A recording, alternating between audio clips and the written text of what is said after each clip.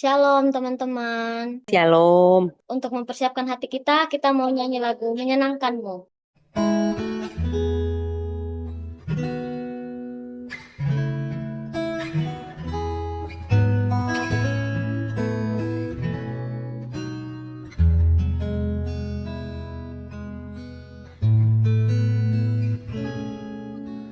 Tuhan, ku mau menyenangkanmu. Tuhan, bentuklah hati ini jadi bejana untuk hormat-Mu. Cemerlang bagai emas murni. Tuhan, ku serahkan hatiku. Semua ku berikan padamu. Kuduskan hingga tulus selalu, agar aku menyenangkanmu, menyenangkanmu, senangkanmu. Hanya itu kerinduanku, menyenangkanmu, senangkan hatimu. Hanya itu kerinduanku.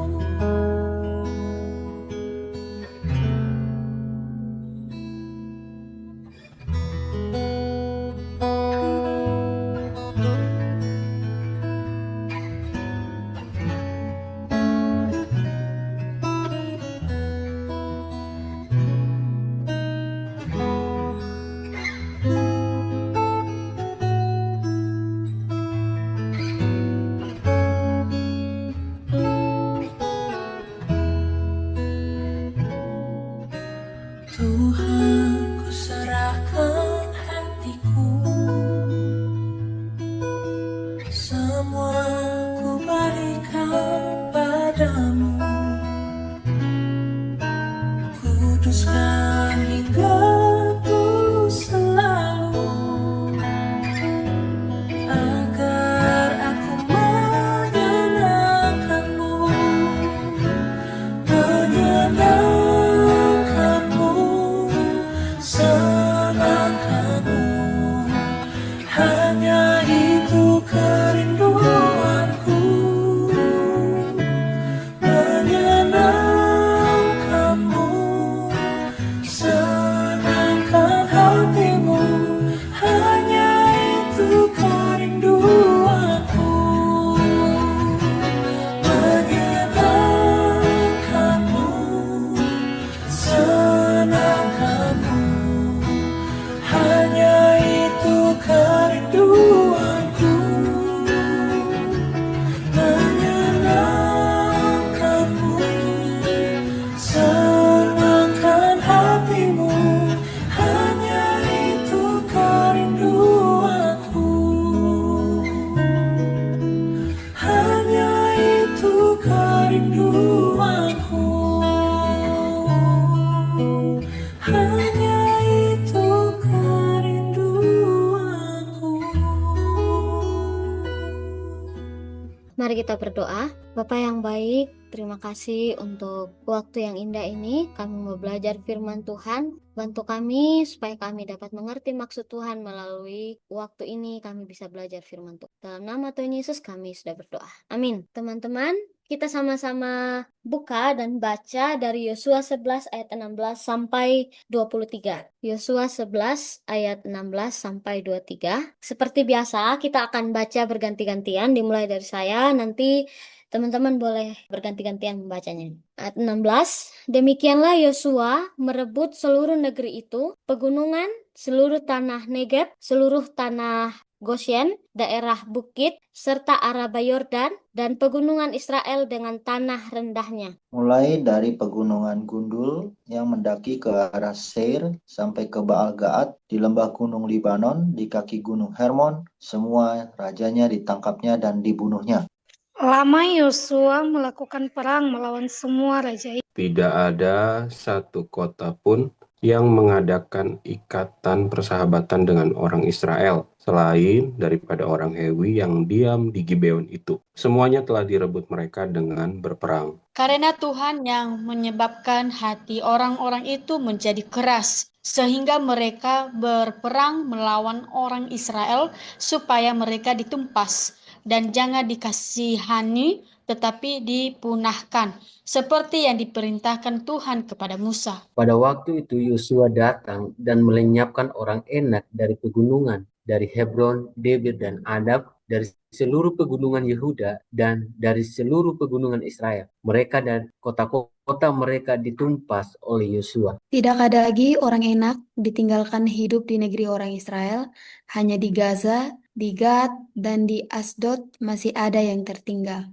Demikianlah Yosua merebut seluruh negeri itu sesuai dengan segala yang difirmankan Tuhan kepada Musa. Dan Yosua pun memberikan negeri itu kepada orang Israel menjadi milik pusaka mereka menurut pembagian suku mereka. Lalu amanlah negeri itu, berhenti dari. Demikian pembacaan firman Tuhan. Terima kasih buat teman-teman yang sudah terlibat membacanya. Nah, teman-teman, kita sedang membaca penggenapan janji Allah kepada Abraham. Nah, kita bisa lihat janji apa yang digenapi di Yosua 11 ayat 16 sampai 23 ini dalam Kejadian 15 ayat 16. Boleh saya minta satu orang baca? Tetapi keturunan yang keempat akan kembali ke sini, sebab sebelum itu kedurjanaan orang Amori itu belum genap. Ya, jadi waktu Yosua dan orang Israel mengalahkan orang-orang yang ada di Kanaan waktu itu, penggenapan akan janji Tuhan kepada Abraham sedang berlangsung. Nah, teman-teman,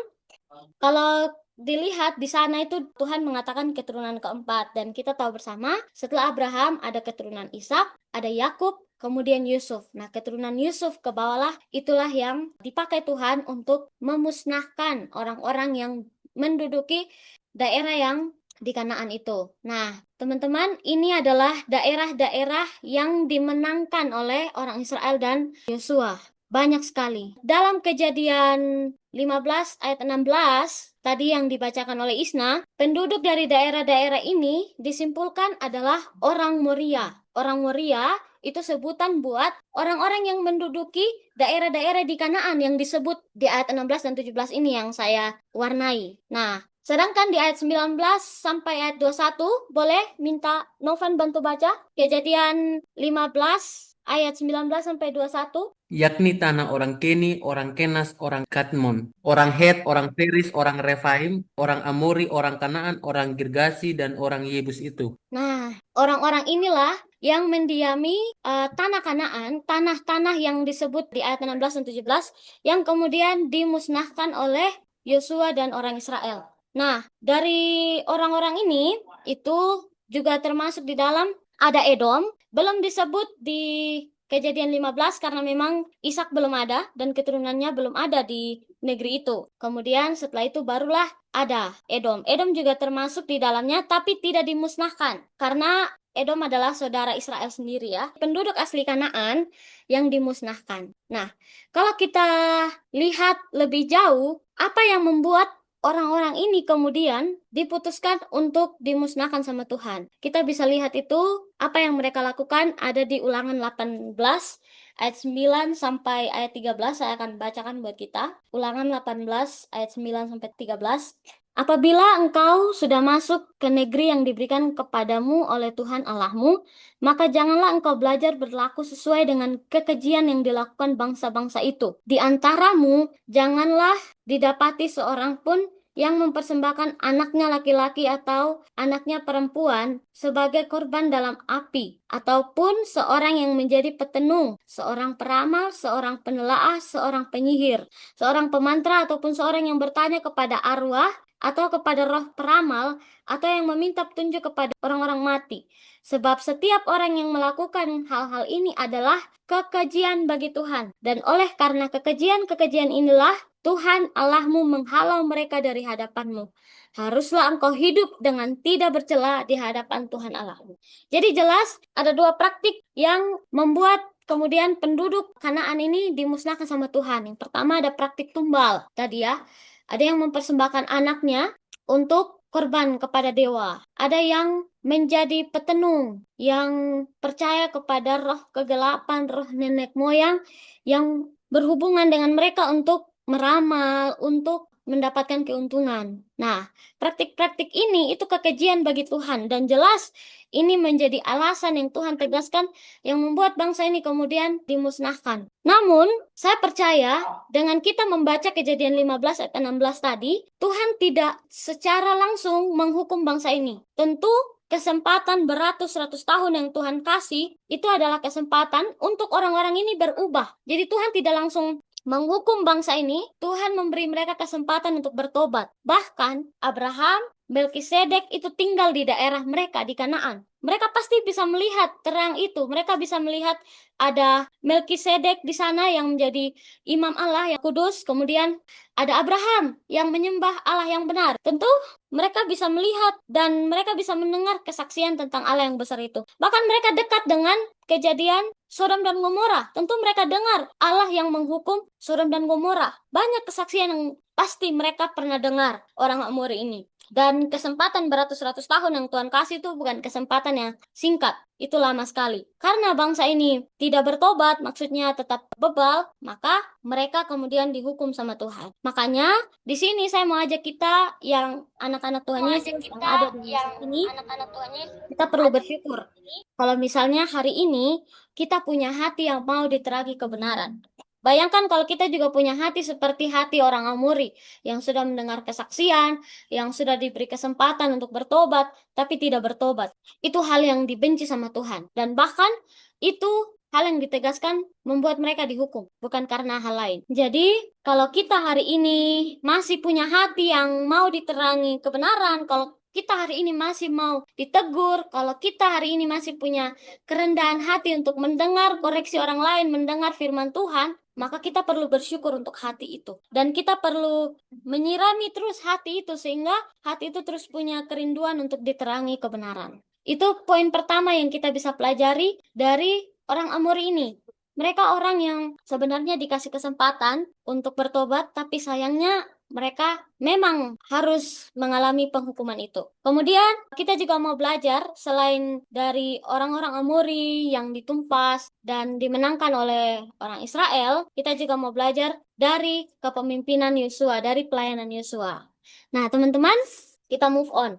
Kita berpindah. Kalau tadi kita belajar dari Yosua 16 dan 17, maka sekarang kita lanjut ke ayatnya yang ke Yosua 18.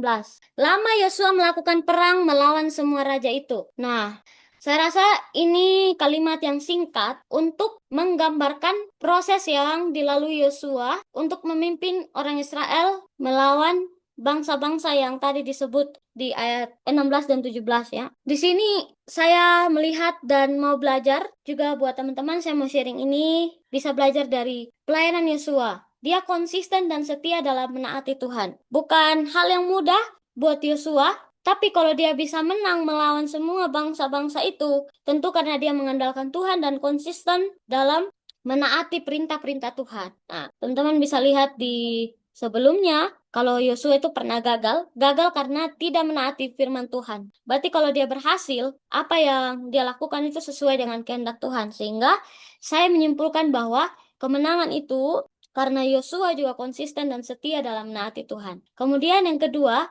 motivasinya bukan untuk memperkaya diri sendiri. Teman-teman lihat, di ayatnya yang kedua tiga, demikianlah Yosua merebut seluruh negeri itu sesuai dengan segala yang difirmankan Tuhan kepada Yosua. Dan Yosua pun memberikan negeri itu kepada orang Israel menjadi milik pusaka mereka. Yosua juga nanti ada bagiannya yang dikasih kepada dia. Tapi dia mengutamakan apa yang menjadi bagian orang Israel. Dia kasih semuanya kepada mereka. Nah, ini juga motivasi yang perlu kita pelajari dari Yosua. Jadi, pertama kita belajar konsisten dari Yosua dan kemudian kita belajar motivasinya yang bukan untuk memperkaya diri sendiri. Kemudian di ayat yang ke-19, tidak ada satu kota pun yang mengadakan ikatan persembahan dengan orang Israel, selain daripada orang Lewi yang diam di Gibeon itu. Semuanya telah direbut mereka dengan berperang. Teman tahu, baca di kitab Yosua ini ada kegagalan yang dialami karena akal orang Gibeon itu mereka membohongi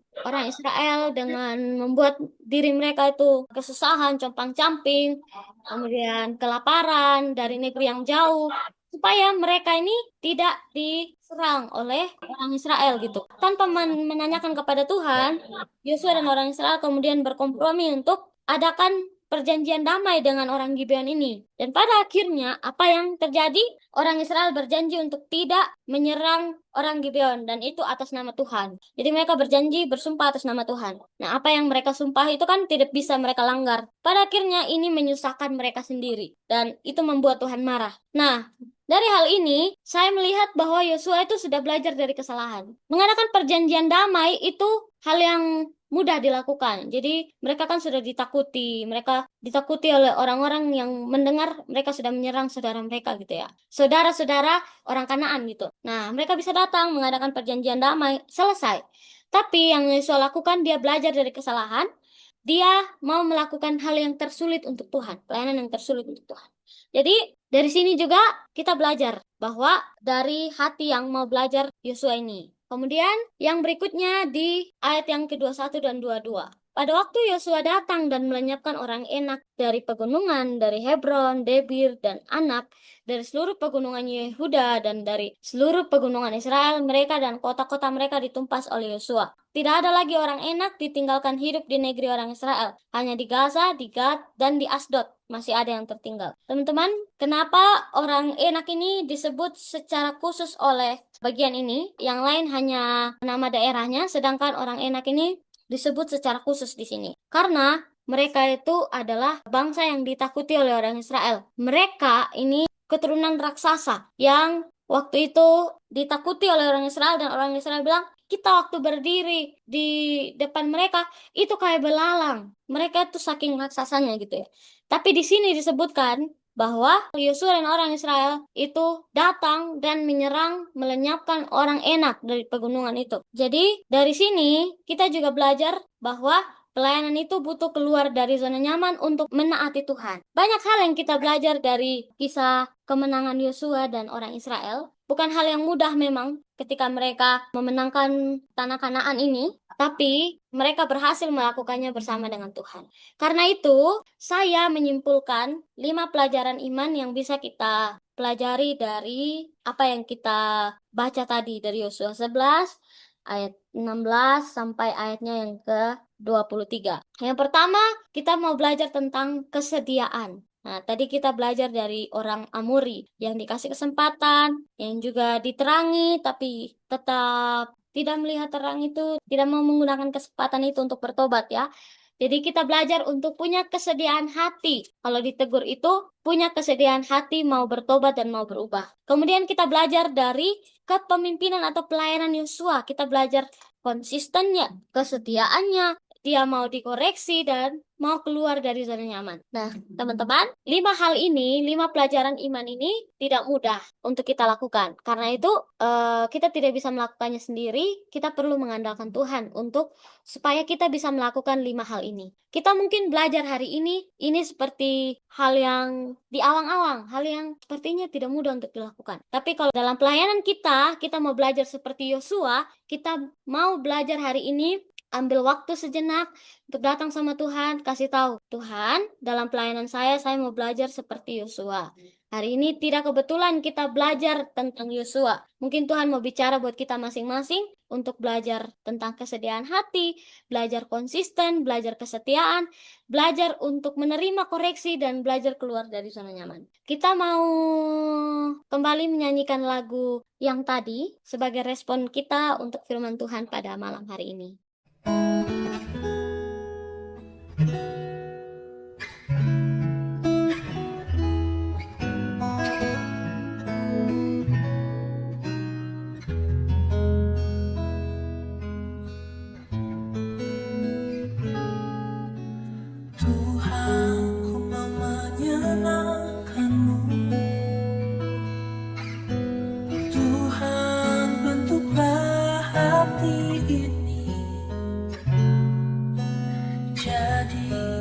Jangan untuk hormat-Mu.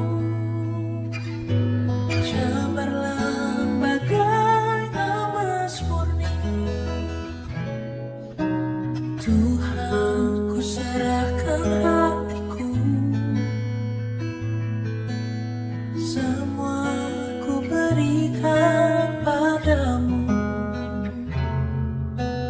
kuduskan hingga tulus selalu, agar aku menyenangkanmu, menyenangkanmu, senangkanmu. Hanya itu kerinduanku,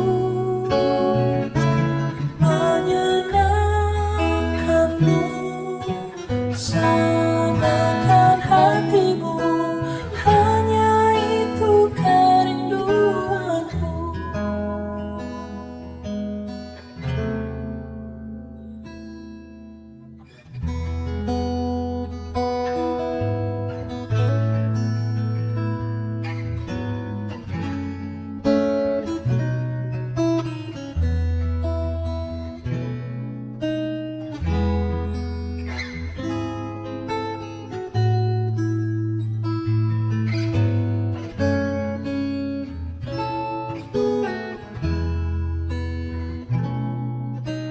Tuhan, ku serahkan hatiku, semua ku berikan padamu, kuduskan hingga tulus selalu, agar aku menyenangkanmu, menyenangkanmu, senangkanmu. Hanya itu kerinduanku, menyenangkanmu, senangkan hatimu. Hanya itu kerinduanku, menyenangkanmu, senangkanmu. Hanya itu kerinduanku,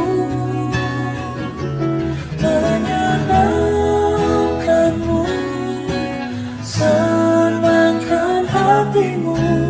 Hanya itu kerinduanku, hanya itu kerinduanku, hanya itu kerinduanku.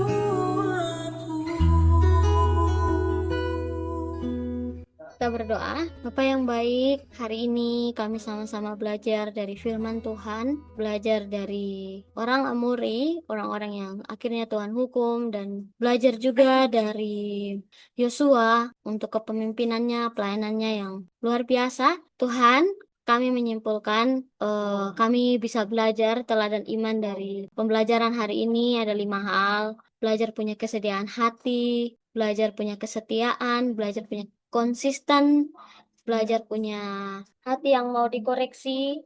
Tuhan, buat kami melakukan firman Tuhan hari ini sesuai dan seturut dengan kehendak Tuhan, supaya kami bisa melakukannya dalam kehidupan kami. Firman Tuhan hari ini terbatas disampaikan, tapi Tuhan tidak pernah terbatas. Tuhan bisa berbicara buat hati kami, dalam hati kami masing-masing, sehingga kami dapat, firman Tuhan hari ini dapat kami terapkan dalam kehidupan kami. Terima kasih Tuhan, tolong kami. Dalam nama Tuhan Yesus kami sudah berdoa. Amin. Demikian Bible study kita pada malam hari ini. Dikembalikan kepada Ibu. Oke, kita mulai dari Nelvi dulu aja, Nelvi. Ya, silakan. Apa yang Nelvi dapat? Shalom. Shalom, sungguh luar biasa firman Tuhan pada malam hari ini. Bagaimana kita belajar dari pelayanan Yosua itu sendiri, yang mungkin saya merasa terberkati ya dengan keteladanan iman, bahkan ketaatan dari tokoh Yosua itu tersendiri, bahkan kesetiaannya, kerendahan hatinya di dalam ia belajar dari kesalahannya, bahkan keberaniannya juga di dalam mengambil satu konsisten keluar dari zona nyamannya demi menggenapi kehendak Tuhan bagi orang Israel, bukan bagi dirinya sendiri tetapi bagi orang banyak. Kalau tadi dijelaskan si Resi bagaimana Yosua menunjukkan kesetiaannya, bahkan ketaatan sepenuh kepada Tuhan, ia tidak memilih jalan yang mudah sudah. Akan tetapi ia bersedia berperang bahkan menghadapi tantangan sesuai dengan perintah Tuhan. Apa yang telah Tuhan tunjukkan ke dia, ia takkan pernah berkata, oh saya tidak mau Tuhan, ini sulit untuk saya lakukan. Namun ia tetap melakukan itu, ia tetap melakukan perintah apa yang Tuhan mau lakukan untuk orang-orang Israel. Demikian juga dengan ia konsisten, bahkan ia setia di dalam melakukannya, bahkan ia tidak melakukan tugas itu setengah-setengah, tapi ia melakukannya sepenuhnya. Ia tetap setia, bahkan ia belajar dari kesalahannya yang tadi khususnya dengan pengalaman orang Gideon tadi yang disampaikan, sehingga kedepannya kan ia berhati-hati dan ia selalu bergantung kepada Tuhan. Ia menunjukkan bahwa pemimpin itu mengandalkan Tuhan gitu loh, bukan mengandalkan kekuatannya sendiri. Ia menunjukkan bahwa Tuhan yang lebih daripada dia. Mungkin itu yang saya dapatkan pada malam hari ini. Jadi bagi saya ya berarti pelayanan itu ya pelayanan yang berkehendak gitu loh di hadapan Tuhan. Bagaimana kita mau taat, bagaimana kita mau setia, bahkan konsisten, mau belajar, dan bahkan juga berani di dalam mengambil satu keputusan. Namun terbesit satu pertanyaan di dalam diri saya yang hari-hari ini kita sebagai orang-orang Kristen, kalau Yosua tadinya kan meneladani Kristus, Kristus yang menjadi teladannya, tapi bagaimana kalau kita hari-hari ini, kan dengan tantangan zaman hari-hari ini kan bagaimana kita melakukan seperti apa yang dilakukan oleh Yosua ini. Kan kalau tantangan Yosua kan mungkin hanya orang Israel ya, dan bahkan juga orang-orang yang harus ia perang dengan fisik. Tapi kalau hari-hari ini kita di zaman sekarang, bukan hanya fisik yang menjadi perang kita lagi, tapi bahkan menjadi perang kita bisa jadi pikiran kita sendiri. Dan bahkan bukan secara fisik sih, kalau hari-hari ini tantangan yang kita hadapi itu bukan secara fisik, tapi lebih ke dunia maya. Itu mungkin yang harus kita renungkan bersama-sama, bagaimana kita menghadapi zaman ini. Tuhan Yesus memberkati. Shalom. Terima kasih, Kak. Oke, thank you Nelvi. Sekarang Bang Sam coba. Resi, terima kasih. Sebelumnya saya mau bertanya, selibat sih, maksudnya cuma sebentar ngeliat yang di bagian kesimpulan, kalau nggak salah, keluar dari zona nyaman ya, Res. Ada kok nggak salah ya? Ya, betul. Keluar dari zona nyaman. Aku masih belum nangkep maksudnya gimana, Res? Keluar dari zona nyaman itu, Yosua keluar dari zona nyaman atau bangsa Israel atau gimana? Tadi kan kita belajar dari Yosua 11 ayat 16 sampai 23. Kemudian di ayat 22 itu bilang begini, tidak ada lagi orang enak ditinggalkan hidup di negeri orang Israel. Hanya di Gaza, di Gad, dan di Asdod masih ada yang tertinggal. Kalau baca di kitab-kitab sebelumnya, bahkan di Yosua gitu kan, orang enak itu adalah orang yang ditakuti oleh orang Israel, karena menurut orang Israel, orang enak itu raksasa, dan ketika mereka berdiri di hadapan orang enak, mereka seperti belalang yang kecil. Tapi di momen ini, mereka berhasil untuk memberanikan diri, maju, dan melenyapkan orang enak itu. Nah, itu yang saya simpulkan, bahwa mereka ini orang Israel dan Yosua itu berani keluar dari zona nyaman. Itu konteksnya. Oh, berarti itu ya konteksnya. Oke. Aku coba paham. Aku cuma ngebayanginnya gini. Kita baca barusan itu kan kemenangan-kemenangan kalau nggak salah ya. Kemenangan Yosua dan bangsa Israel. Iya, betul. Cuman saya coba ngebayangin, karena ini kan peristiwa tentunya ya, bukan cuma sekedar cerita tapi peristiwa pasca perang itu, apalagi semua ditumpas, berarti semua mati, orang-orang orang-orang Amori atau orang-orang Kanan itu kan mati semua, berarti banyak mayat, berarti ya, maksudnya di setiap satu daerah diperangi, mayat banyak gitu, yang nguburin berarti kan orang-orang Israel gitu kan, maksudnya mereka dapat tanah itu kan nggak dalam keadaan yang baik, tapi dalam keadaan pasca perang. Jadi saya melihat bahwa apakah kita mengikut Tuhan itu, adakah kondisi nyaman gitu buat kita mengikut Tuhan? Karena kayaknya senantiasa produktif mungkin ya. Makanya nyaman ini aku bingung artinya sebetulnya gimana, kondisi nyaman, keluar dari zona nyaman tuh gimana gitu. Demikian. Keluar dari zona nyaman itu kita berada di hal yang kita senangi, hal yang kita tahu itu juga bisa dilakukan orang lain, tapi kita lakukan karena kita nyaman melakukannya gitu. Dalam pelayanan ya, misalnya, kalau hal Kalau kita berani keluar dari zona nyaman, berarti kita lebih mengutamakan bukan hanya di gereja, tapi kita menginjili orang, kita pokoknya melakukan hal yang sebenarnya kita nggak nyaman melakukannya, tapi kita tahu itu menyenangkan Tuhan. Nah, itu berarti kita sedang keluar dari zona nyaman. Sebetulnya lebih ke zona nyaman atau zona malas? Zona nyaman. Oh, nyaman ya. Oke. Oke, terima kasih Resi. Ya, kalau zona malas, pelayanan pun nggak akan mau. Saking malasnya gitu. Oke, thank you Bang Sam sama Resi. Dari Isna, abis Isna Novan ya, apa yang didapat di Bible Study pada malam hari ini? Silakan. Shalom, kalau dari saya sih, secara singkat belajar bagaimana menjadi seorang pemimpin. Nah, dari Yosua, menjadi pemimpin itu bukan hal yang mudah, tetapi karena dia tahu dia seorang pemimpin, dia bertanggung jawab dengan tugas-tugasnya dia. Dari 5 poin tadi itu, Yosua konsisten, dia setia, dan itu menunjukkan bagaimana seorang pemimpin itu gitu. Jadi untuk saya sendiri, malam ini saya belajar sebelum saya memimpin orang lain, saya harus bisa memimpin diri saya sendiri dengan hal-hal kecil gitu. Saya harus konsisten atau tepat waktu ketika pelayanan, saya harus belajar dari hal-hal kecil, saya memimpin diri saya sendiri untuk mempersiapkan saya menjadi seorang pemimpin ke depannya gitu. Mungkin itu aja, Bu. Terima kasih. Oke, kalau dari saya belajarnya tentang konsisten dan setia menaati perintah Tuhan. Saya belajar dari Yosua, meski dia tetap setia, taat dari awal sampai akhir. Bahkan ia pun tidak membuat jalannya sendiri, ia tidak mengandalkan kekuatannya sendiri. Yang luar biasanya di sini Yosua tetap menaati dan mengandalkan Tuhan begitu. Dan saya juga belajar bahwa ketika saya melakukan pelayanan, saya tidak boleh melakukan untuk diri saya sendiri. Karena saya tahu saya melakukan untuk Tuhan, dan saya juga perlu mengandalkan Tuhan. Karena segala sesuatu yang saya lakukan itu saya lakukan untuk Tuhan. Seperti itu, Bu. Terima kasih.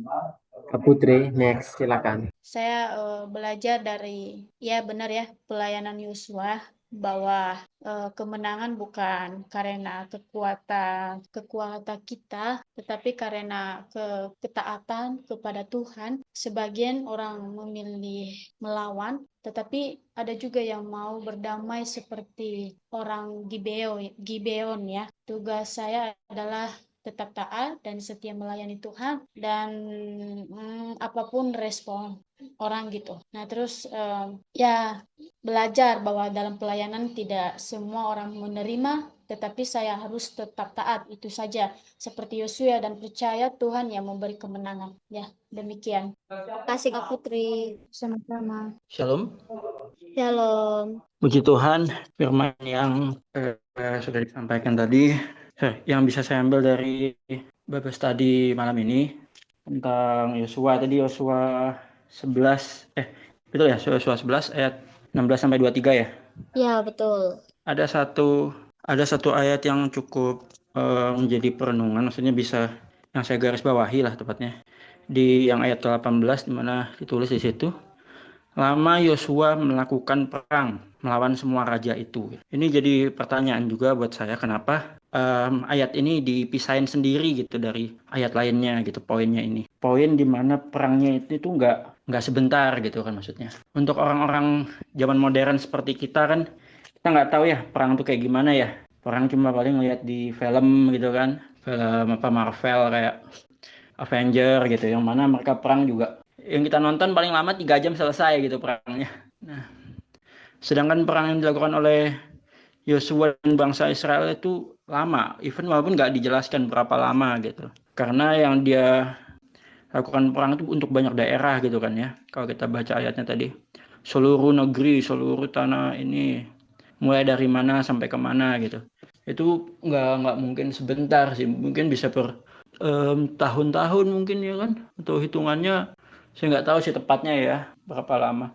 Bangsa Israel aja dulu dijajah kan lama gitu kan maksudnya, untuk perang sampai merdeka gitu, sampai benar-benar dapat kemenangan. Nah ini poin yang saya dapat di ayat 18 ini adalah untuk mencapai suatu kemenangan, kemenangannya dari Tuhan yang pasti ya, karena semua kan pasti dari Tuhan, terutama yang tadi di ayat ditulisnya di ayat 20 itu kan, seperti yang diperintahkan Tuhan kepada Musa gitu, Berarti perintah untuk menang ya, untuk menguasai tanah itu. Nah, untuk bisa menang itu kita tuh perlu, betul seperti yang tadi dibahas sama teman-teman yang lainnya, perlu konsisten, perlu tekun, taat gitu kan.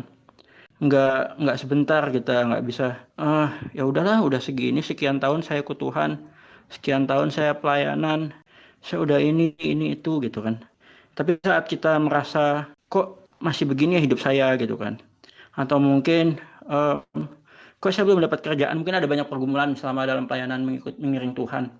Saya udah pelayanan sekian lama, tapi Tuhan masih belum kasih saya kerjaan yang saya mau, misal. Atau kenapa Tuhan masih belum kasih saya jodoh, atau kenapa Tuhan nggak kasih ini, kasih itu, janjinya begini, padahal bahwa mengiring Tuhan tuh akan diberikan kelimpahan, apa mungkin gitu kan ya. Ada kemenangan gitu, iring Tuhan. Tapi yang kita nggak sadari, kadang kita nggak setia, kita nggak konsisten, nggak taat. Kita lupa kalau memang itu tuh nggak sebentar, ada waktunya Tuhan. Dan mungkin memang waktunya lama gitu, kayak di ayat 18. Lama Yosua melakukan perang melawan semua raja itu. Gitu. Ya paling yang bisa saya tangkap adalah ya mungkin waktunya Tuhan memang bukan waktu kita satu gitu kan. Ikut aja apa yang diperintahkan Tuhan tuh ya, dalam event apapun, dalam pekerjaan, pelayanan, karena kan pekerjaan kita juga pelayanan kita juga. Itu aja sih paling yang bisa saya dapat dari Bible Study malam ini. Terima kasih. Kak, Bible study kita sampai di sini. Untuk closing statement dari saya sendiri, belajar dari Yosua. Jadi, sebenarnya cerita itu dituliskan bukan hanya untuk kita baca, tapi dari cerita kemenangan, cerita kekalahan, cerita perjuangan mereka, kita bisa belajar banyak hal. Mari kita terus jadi pembelajar. Sejak closing statementnya, kita mau berdoa penutup, mari kita berdoa. Bapak yang baik, terima kasih kalau pertemuan hari ini melalui Zoom boleh berjalan dengan lancar. Tuhan tolong apapun tadi yang sudah kami pelajari, biar itu tidak berlalu begitu saja, tapi kami boleh digerakkan Tuhan, ditolong Tuhan, untuk kami dapat melakukannya dalam kehidupan kami. Terima kasih Tuhan, kami akan melanjutkan aktivitas kami. Tuhan berkati kami masing-masing dalam aktivitas kami masing-masing. Terima kasih Tuhan, dalam nama Tuhan Yesus kami sudah berdoa. Amin. Makasih Resi.